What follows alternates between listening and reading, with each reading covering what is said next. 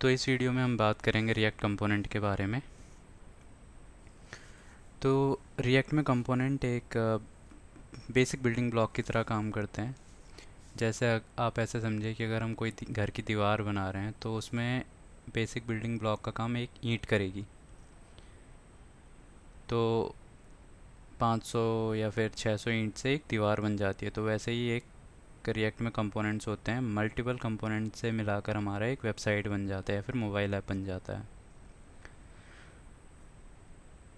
तो कंपोनेंट्स का जो मेन एडवांटेज है वो ये होता है कि हम लोगों को डुप्लीकेट कोड नहीं लिखना होता है। जैसे अगर हमें एक कार्ड कहीं पे यूज़ करना है तो हम उसका कोड एक बार लिखेंगे एक कंपोनेंट को अंदर, और उस कंपोनेंट को हम मल्टीपल प्लेसेस पे रीयूज़ कर सकते हैं।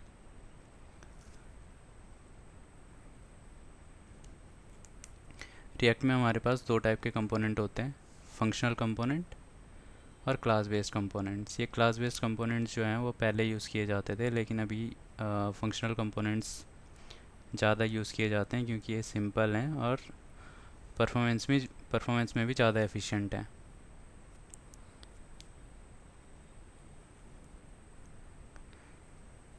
तो अगर हम बात करें कंपोनेंट की तो मेन दो चीज़ें हमें ध्यान में रखनी होती हैं।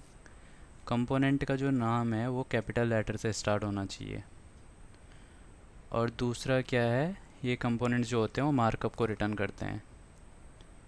ठीक है।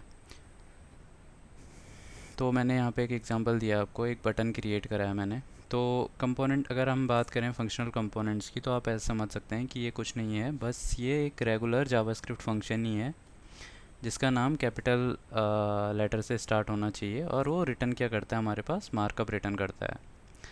अगर आप रेगुलर जावास्क्रिप्ट फंक्शंस को देखो तो वो क्या रिटर्न कर सकते हैं, कुछ भी नहीं कर सकते हैं। वॉइड भी रिटर्न कर सकता है, नल भी रिटर्न कर सकता है, कोई एरे भी रिटर्न कर सकता है, फिर कोई ऑब्जेक्ट भी रिटर्न कर सकता है। तो ये भी एक रेगुलर जावास्क्रिप्ट का फंक्शन ही है। जो एग्जांपल दिया है वो एरो फंक्शन का इस्तेमाल करके बनाया गया है।